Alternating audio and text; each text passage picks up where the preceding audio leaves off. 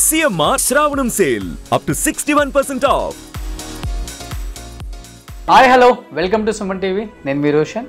So 1980s 1990 2000 ఈ యాక్టర్స్ని మనం ఎప్పుడు మర్చిపోలేం అన్నమాట. ఎందుకంటే చెన్నైలో ఎంతోమంది లేడీ టెక్నీషియన్స్, లేడీ యాక్టర్స్ చాలామంది ఇక్కడ ఉన్నారు.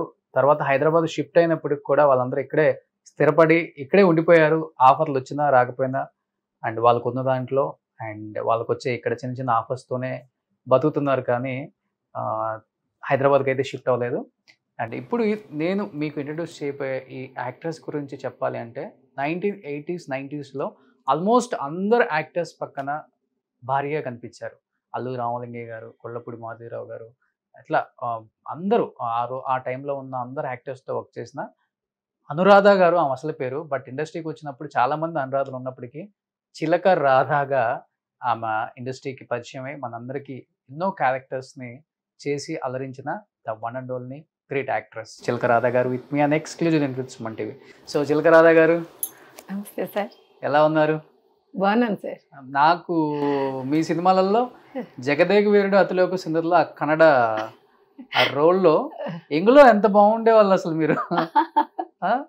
ఆ కోల ముఖం, మీరు చేసే క్యారెక్టర్స్, మీ వాయిస్ ముఖ్యంగా పర్టికులర్గా చెప్పాలంటే మీ వాయిస్ అందరికి బాగా గుర్తు, బాగా కొట్టినట్టు మాట్లాడతారు. అవునండి, అంటే నేను ఫస్ట్ నుంచి డామినేటింగ్ క్యారెక్టర్స్ చేయాలని నా ఫేవరెట్ ఆర్టిస్ట్ సూర్యకాంతం గారు.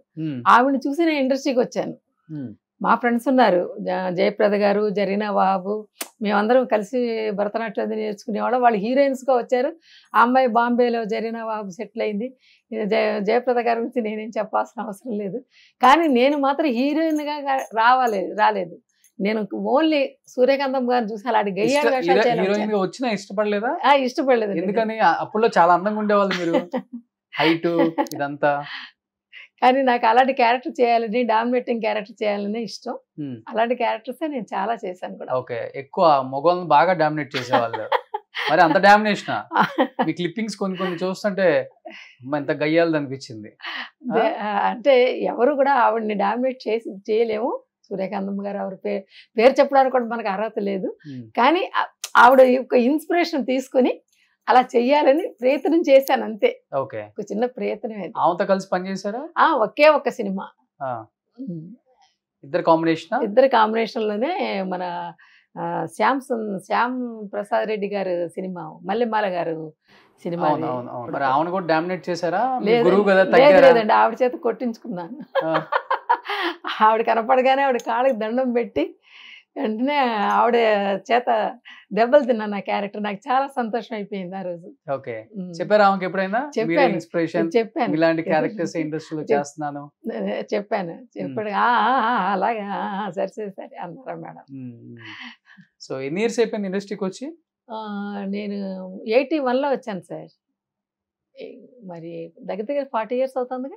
40 years అయిపోయింది. సో రావడం రెడ్ కార్పెట్ అనా కష్టాలు ఉన్నాయా మీకు కూడా? బోలెడండి కష్టాలే ముందు, ఆ తర్వాతే. నాకు ఇక్కడ పెద్దగా అప్పుడు ఇండస్ట్రీలో కూడా ఎవరు తెలియదు. ఒక ఫ్రెండ్ మూలంగా ఇక్కడికి వచ్చి వాళ్ళ ఇంట్లో ఉండి మెల్లగా ఫస్ట్ నాకు, ఎందుకంటే నేను చిన్నప్పటి నుంచి హరికథలే చెప్పేదాన్ని, సంగీతం అదంతా కచేరీలు చేసేదాన్ని. దానివల్ల ఏంటంటే డబ్బింగ్ చెబుదామనే ఫస్ట్ వచ్చాను నేను, వాయిస్ ఇద్దామని. కానీ చిన్నప్పుడు నాటకాలు అన్నీ వేయటం, హరికథలు చెప్పడం, భరతనాట్యం ప్రోగ్రామ్స్ చేయడం, ప్లేబ్యాక్ పాడటం, వాటిలో దానివల్ల ఏమైందంటే సరే మనం ముందు డబ్బింగ్లో ఎంటర్ అవుదాం, తర్వాత చూసుకుందాం అని చెప్పి అలా వచ్చాను. కానీ అనుకోకుండా కురుక్షేత్రంలో సీత అని ఒక సినిమా చేసేటప్పుడు బలరామ్ గారు, పొండరి కాశయ్య గారు అన్నారు, నువ్వు బాగున్నావు, నువ్వు యాక్ట్ చేయొచ్చు కదా అని చెప్పేసి వాళ్ళ సినిమాలో ఫస్ట్ అవకాశం ఇచ్చారు. ఇంకా ఆ తర్వాత అలాగా మెల్లమెల్లగా సినిమాలో, తర్వాత దాసనారాయణరావు గారిది వచ్చి ఊరంతా సంక్రాంతి సినిమాలో ఒక మంచి క్యారెక్టర్ ఇచ్చారు, రావు గోపాలరావు గారు కాంబినేషన్. ఇంకా అక్కడి నుంచి అలాగా తర్వాత రాలింగ నరసింహారావు గారు, హరిశ్చంద్రరావు గారు, అలాగే పినిశెట్టి రవిరాజా గారు, ఇలా అందరూ నాకు మంచి అవకాశాలు. ఎన్ని సినిమాలు చేసి ఉంటారు తెలుగులో? దగ్గర ఒక 100 సినిమాలు చేశారు. 100 సినిమాలు చేశారు. ఇప్పుడు తెలుగు సినిమా మర్చిపోయి, తెలుగు వాళ్ళు మిమ్మల్ని మర్చిపోయి ఎన్ని సంవత్సరాలు అయిపోయింది? లేదు సార్, ఇప్పటికే ట్రైన్లో వెళుతుంటే కూడా మిమ్మల్ని ఎక్కడో చూసామండి, మిమ్మల్ని అంటే అవునండి నేను మీ ఇంటికి వచ్చానండి అంటాను. మా ఇంటికి వచ్చారు, ఎప్పుడు వచ్చారు మీరు అన్న, ఎప్పుడూ వస్తూనే ఉంటానండి మీటింగ్. మీరు పాత సినిమాలు చూస్తుంటే అందులో వస్తూనే ఉంటానంటారు. అప్పుడు వాళ్ళకి అర్థం అవుతానమాట. అలాగే కొంతమంది గుర్తుపట్టేస్తారు వెంటనే. మీరు పక్కా తెలుగు అమ్మాయి? నేను పక్కా తెలుగు. ఎక్కడ సొంతూరు? మా సొంతూరు west Godavari district, Tanuku sir. Okay.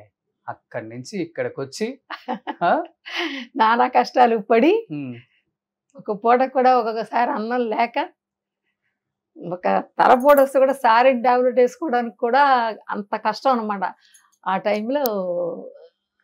ఏంటి అంత అంత అంత పిచ్చి ఏంటి యాక్టింగ్ మీద?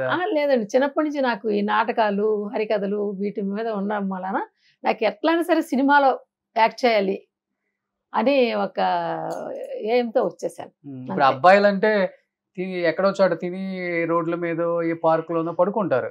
కానీ అమ్మాయిలు కూడా మీ టైంలో చాలా మంది ఆర్టిస్టులు, మన తెలుగు వాళ్ళు రాజమండ్రి, తణుకని, వైజాగ్ అని, ఒంగోలు అని, గుంటూరు అని ఎంతో మంది వచ్చారు అమ్మాయిలు కూడా. అంటే ఫ్రెండ్ ఉందిలేండి టీ నగర్ లో, కొంచెం వాళ్ళ షెల్టర్ దొరికింది నాకు.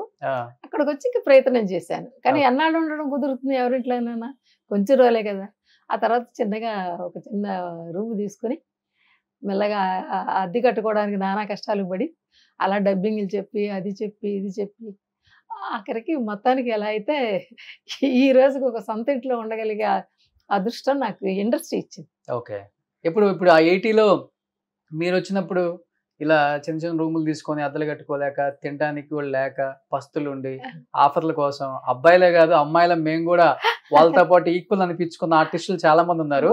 మీతో పాటు ఎవరెవరు అప్పుడు ట్రయల్స్ తెలుగు వాళ్ళు? అప్పుడు అప్పట్లో వచ్చి నాతో వచ్చి బిందు మాధవి, తర్వాత జయశీల్ గారు, వీళ్ళందరూ కూడా అప్పట్లో కొంచెం ఇంకా ఇప్పుడు టాప్ లో ఉన్న వాళ్ళంటే జయప్రద గారు. వాళ్ళు రేంజే వేర్లండి. వాళ్ళు ఎప్పుడో వచ్చారు, వాళ్ళు ఎప్పుడో ఒక రకంగా సెటిల్ అయిపోయారు. నేను తర్వాత కదా వచ్చాను. ఇంకా అదే అలాగా వాళ్ళందరూ అలాంటి ఆర్టిస్టులు కష్టాలు పడ్డారు. ఇప్పుడు ఏం చేస్తున్నారు? ఇప్పుడు నేను డబ్బింగ్లు చెప్తున్నాను సార్. ఏ ఆర్టిస్టులకి? ఎవరికైనా సరే, ఎవరికి కావాలంటే వాళ్ళకి. ఇప్పుడు బోల్డ్ సినిమాలు, కొరియా సినిమాలని, హిందీ సినిమాలని, మలయాళ సినిమాలని, కన్నడ సినిమాలని డబ్బింగ్లు జరుగుతూ ఉంటాయి ఇక్కడ.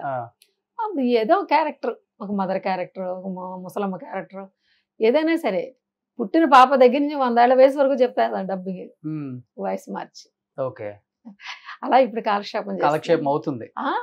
అవుతుంది. సుమన్ టీవీలో మీ పర్సనల్ అండ్ బిజినెస్ ప్రమోషన్స్ కోసం కింది నెంబర్కి కాంటాక్ట్ చేయండి.